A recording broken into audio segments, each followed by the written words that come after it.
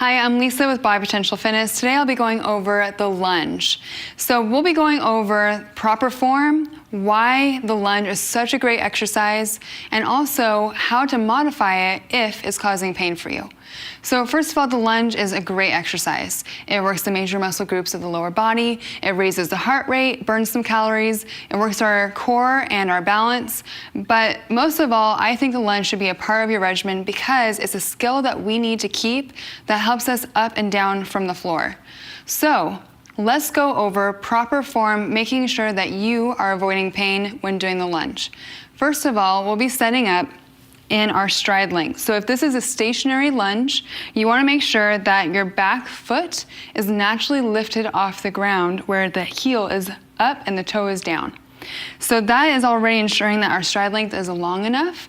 If you're too short in your stride length, that's going to put a lot of pressure on the knees.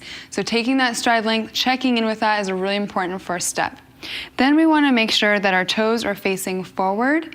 So really check in with this back foot because typically our calves want to pull that back foot out, especially if they're tight. So work on that, get that foot as straight as possible because you're not going to be twisting on that back knee as much if that foot is straight. Then we're gonna make sure that our feet are hip width apart.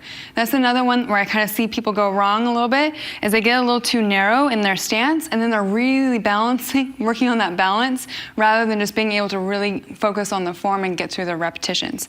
So just by taking those feet about hip width apart, you're really gonna set yourself up for great form there. Then we're gonna start moving. So when you start to move, think first about the back knee. The back knee is going to lower you straight down towards the floor like this. So it just takes you down, you won't touch the floor, you won't rest on the floor, and then you come right back up. And so what you're doing here is you're ensuring that the angles of the knees are safe. What I see often is that you'll start to lean forward where this knee passes over your toe. If that's happening, we put a lot of pressure on that knee, and that is not gonna feel good for that knee, and it's really gonna wear it out a lot faster. So the key is straight up and down, thinking of the back knee as our bending knee, and our front leg as our working leg. So this front leg is actually what's standing us up, really pushing through that foot, specifically the heel. Every once in a while, I'll see someone kind of tip into that toe. And again, that's not great for balance, but it's really taking away from the glute work, the cheek work that we can get out of our lunges. So again, just up and down here. So if we were to move into a different form of lunging, typically I'll have a client do a backwards lunge rather than a forwards lunge because it's easier on the knees. So I'll be going over the backwards lunge. So we're gonna go into a back lunge. We wanna stick the toe, heels lifted, back knee goes down, stand up through the front leg, and then step together. Then the other leg. Down, up, and step together. So again, just making sure that the toes are facing forward. We move down, we move up, using the front leg as our primary working leg, and just making sure to check in with this knee and the heel of the front leg so that we're not injuring the knees while we're doing our repetitions. Another great way to lunge is to go into the walking lunge. So first I'll be doing the step and together, step and together. And the reason you might pause in the middle before going into your next step is just to help your balance kind of recoup. That way we're not airplaning around. And so if that's maybe something you don't need to do, then just go ahead and go right into your next step, and that's perfectly fine. Now, let's say that you're just starting out with lunging, or it's just still kind of hard for you, and that's okay. So what you can do instead is just start to modify just a bit. So first modification would just be don't go quite as low in your lunge, and that's totally fine. So you would just be a little bit more shallow with the bend, really focusing on the form, engaging those muscles, and just really learning and honing in on the skill before you start to take it a little bit lower or a little bit more advanced.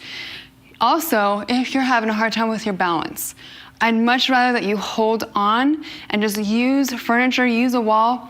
Totally fine to hold on while you're still learning this skill and still building up your strength in this skill. Totally cool. Also, if you wanted to go into a walking lunge, feel free just to kind of go into big steps. That's totally fine because you're still working on your balance, you're still raising the heart rate, you're getting that skill in, and that strength is building. Now, what if your knees still hurt? So the lunge is not for everyone, and that's okay. The knees sometimes just don't fit with the lunge. Maybe you need surgery, maybe you've had surgery. So let's go over another exercise that you can do other than the lunge that still really works the lower half of the body, and it's working on your balance. It's not easier, it's just a little different. It's a little safer on the knees. So that's called a single leg deadlift. What you'll need is a focal point, something that we can kind of reach for. So I'm gonna come over here. You can use a piece of furniture, whatever you have near you. First of all, we're gonna pick our balancing leg. So we're gonna try to balance here. Really engage your standing leg, engage your foot. It's kind of gripping into the floor. It's gonna help with that balance. Now what you're gonna do, instead of bending from your knee like you would with a lunge, you're just going to bend from the hips, so hinge from the hips. Pushing your hips back, you're gonna keep your back nice and straight, and you're gonna reach for that focal point. And then you're gonna stand back up and you're gonna lock in with your cheeks. So this completes the exercise. By locking in here, you're standing up tall. So I don't want you to just be kind of coming up halfway. The reason for that is that low back gets a lot of pressure that way. So we need to be able to complete the exercise. So this is what it looks like with a couple of repetitions. You've got your free leg. It's trying to stay up off the ground. You're keeping your back flat.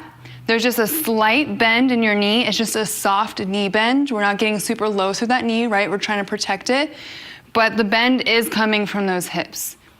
We are really working on balance here. I think that's the number one thing that you'll just have to really practice with this exercise. So let me show you a couple of different things you could do here. You can actually touch the focal point, but what I don't want you to do is push off of it. That's cheating, and it's really taken away from the muscle strength that you'll be gaining if you are really consistently trying to stand up using your muscles. So first of all, don't push off, but you can steady yourself here. That's okay. Also, put your foot down when you need to. I don't want you to be kind of airplaning around. I don't want you hopping around. Just put that foot down when you need to. No big deal. Also though, feel free to hold on to something. So you can be holding on and still reaching and standing, and that way you're really getting the benefit of the movement without having to have the balance challenge right then. Also, you can advance this. So if you wanted to advance this, you might have a lower focal point or even start to go all the way down to the floor. Like that. You can also hold weights if you'd like. All right, so that's gonna be a great alternative to the lunge if those knees hurt. So feel free to give that a go, put that into your workout regimen. Now, what if your foot hurts? So maybe you have gout, you have a bunion, or arthritis, and it hurts you to actually bend that toe back. No big deal, we have a solution for that. So what I'm gonna do is I'm gonna grab my step. You can use a step at home, or you can find something that looks like this at home. And what we're gonna do here, because the knees aren't so much of an issue, we are gonna bend through this front knee without putting pressure on that back foot. It's gonna look just like a lunge, but without the pain.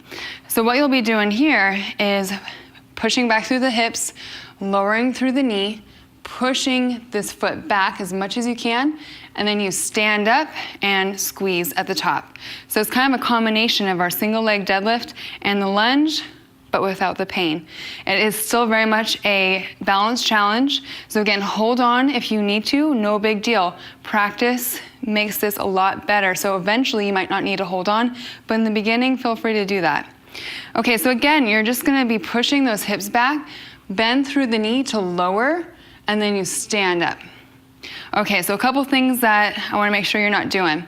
I don't want you to step and then just stand back up. It's very, very different. Also, I don't want you to get back there and then still push off your toe, right? Because we're trying to actually stay off the toe completely. So keeping those things in mind, again, make sure that you're not letting this knee pass over your toe. We still want strong, healthy knees. All right, so we've gone over the importance of the lunge, how to create good form in your lunge, and then also how to modify if you're a beginner, if you have knee pain, or if you have foot pain. I hope this was really helpful to you. Go out and start doing this in your workout regimen. Thank you. I'm Lisa with Biopotential Fitness.